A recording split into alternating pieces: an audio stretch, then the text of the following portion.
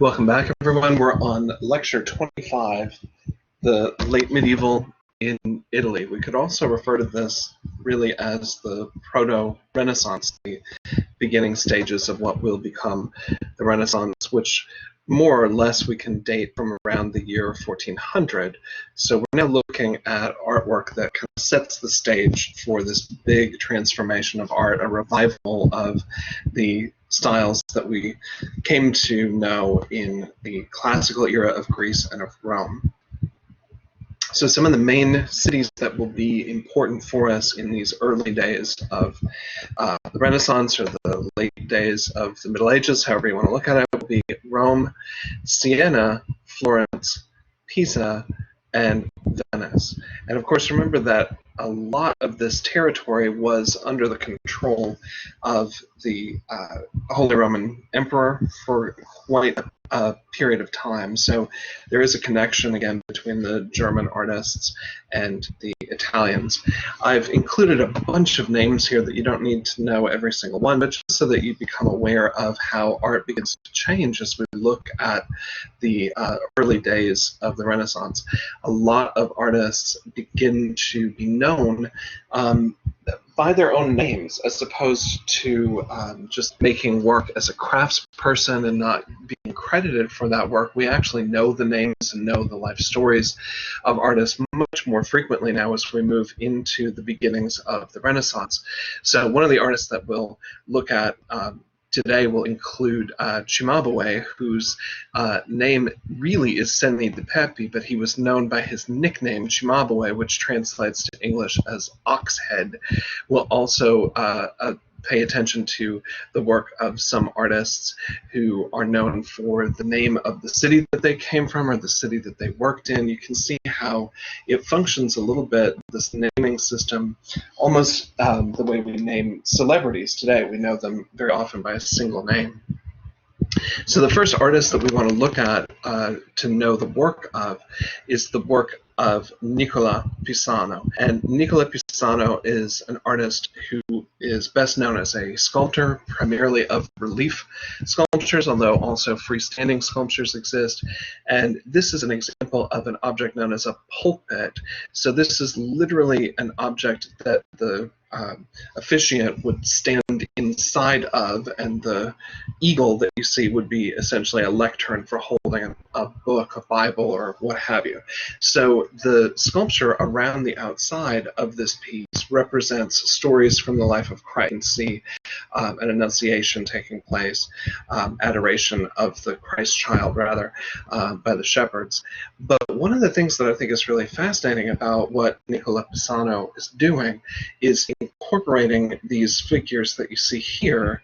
These are known as Christian virtues, but actually, if you look really closely, you can see that this figure looks very much in contrapposto. It's heroic nude sculpture that has that contrapposto pose, which also is associated quite obviously with lion skin. So this is clearly a reference to Hercules. It is a fusion of classical mythology and Christian belief. It's also interesting to note that Nicola's son, Giovanni, was also a sculptor and continued this tradition of work. But look at the transition that happens just in one generation from father to son. This is a panel, one each, by father and son of the same story, the massacre of the innocents. This is once the slaughter of the firstborn son has been decreed. And so you can see in the father's version at the top, in Nicola's version, all the figures are fairly static in some respects, and they're very close to the surface. You can see that they're much more fully three-dimensional, especially this slaughtering figure here that you see kind of from a three-quarter view in the back. There's much more tension, movement, drama, and even more expression in the work of the son. So Nicola's work is from about 1268. This was from the pulpit for the Siena Cathedral. Giovanni, his son, his piece is finished about 40 years later, about 1301. So you can see how rapidly we're returning to some of the fully expressive three-dimensional styles of modeling and believable drapery over figures, better proportions. We're really starting to get to an art form that begins to rival what we saw in ancient Rome.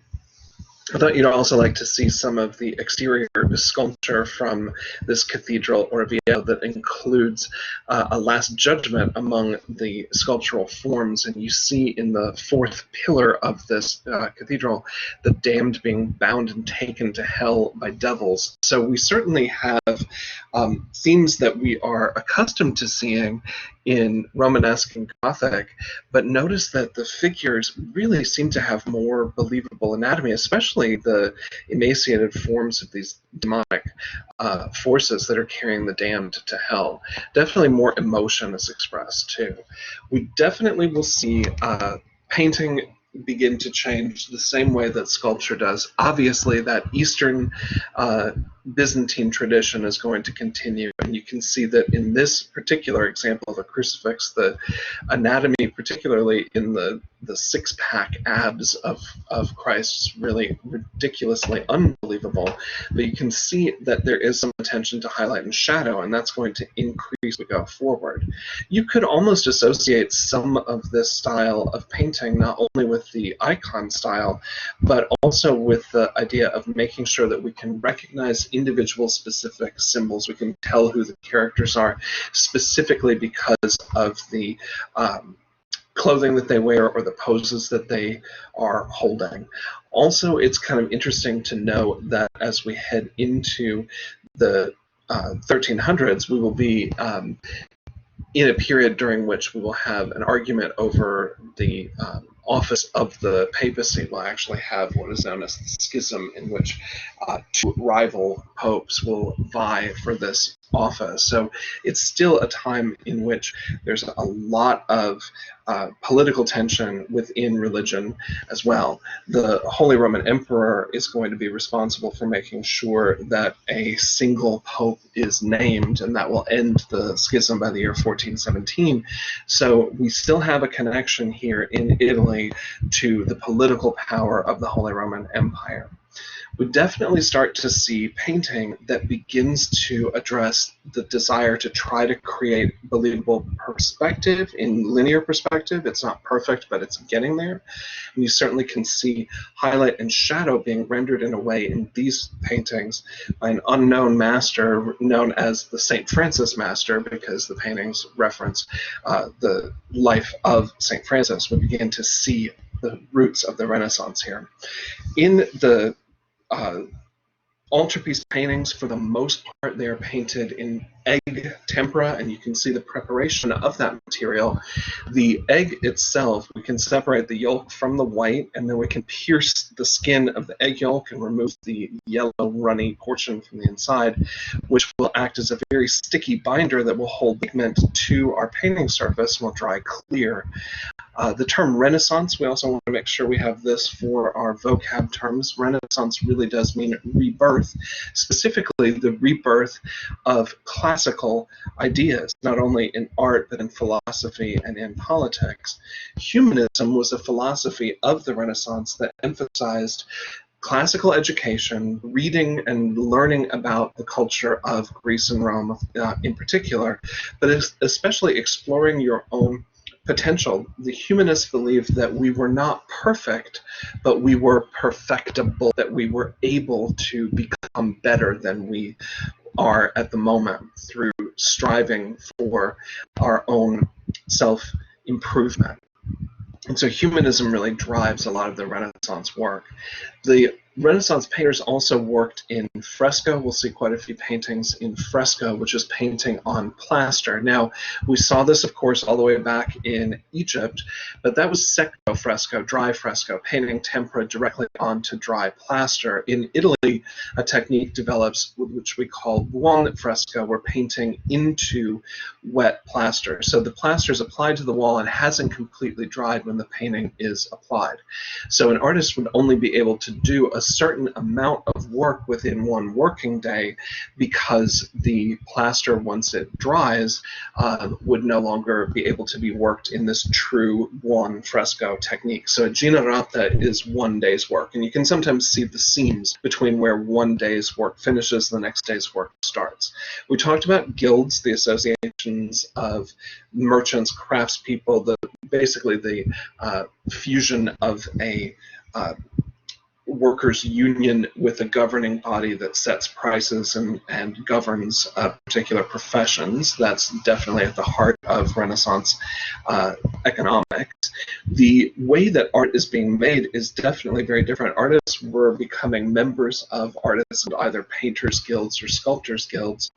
An individual artist would set up his own workshop. There were very few female artists at this point because art was not trained in a school setting.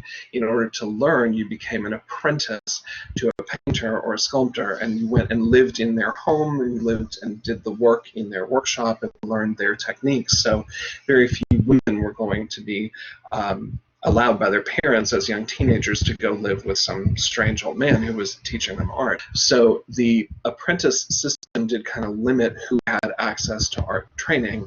The work that the artists made was by commission, and we think of artists making what they want to make in their own studios and then hoping that someone will buy it. In the Renaissance, it works a very different way. You would have examples of work in your workshop to show your skill, but patrons would seek out artists that they wanted work from based on their talents, but they would specify to you what they wanted you to make. And so you would make a commission. You would get a commission, a contract to make a piece, but you would have to make what the patron wanted you to make. We also see patterning in the early Renaissance, medieval.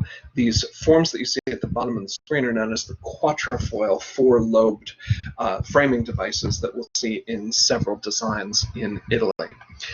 Cimabue is our nickname for Seni di Peppo, or Chimabue.